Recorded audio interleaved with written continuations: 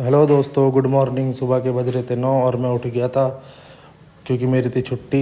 और मैं निकल जाता हूँ घर से अपनी बाइक लेके इम्तियाज़ के पास, क्योंकि इम्तियाज़ से लेने थे मेरे को पैसे।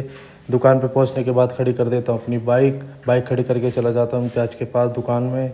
सलाम दुआ करने के बाद मैं ले लेता हूँ उससे पैसे लेने के बाद उसका दिखा देता हूँ बिजनेस, जो कि बनने थे मोमोज़ और मंचूरियन। उसके बाद मैं निकल जाता हूँ उमर भाई की दुकान पे। बाइक खड़ी करने के बाद दुकान पे घुस जाता हूँ सीधा अंदर। उमर भाई लग रहे थे काम में, तभी आ जाता है पड़ोसी, उससे भी सलाम दुआ करते हैं। सलाम दुआ करने के बाद उमर भाई करने लगते हैं उसे परेशान।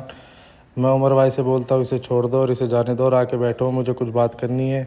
उमर भाई अंदर आ जाते हैं, हम बात करते हैं। फिर बात करते करते मेरे को देने लगते हैं धमकी देने के बाद मैं निकल जाता हूँ, क्योंकि मेरे पास आ गया था भैया का फ़ोन। उन्होंने बोला था आजा प्याली तक, हमें चलना है गाड़ी से पलवल।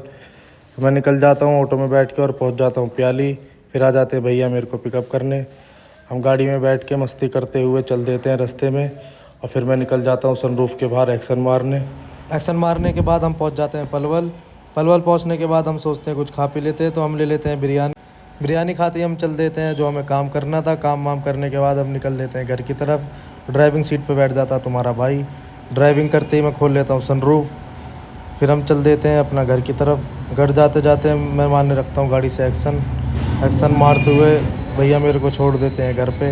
मैं आ जाता हूँ फिर सीधा घर पहुँचते ही देखता हूँ तो मेरा इंतज़ार कर रही थी बिल्ली। उसके साथ में थोड़ी देर खेलने के बाद मैं चल देता हूँ नहा धो के उमर भाई की दुकान पे, क्योंकि मेरे पास आ जाता उमर भाई का फ़ोन। उन्हें करनी थी कुछ बात। बस आज के ब्लॉग में इतना ही। पसंद आए तो लाइक सब्सक्राइब ज़रूर करना।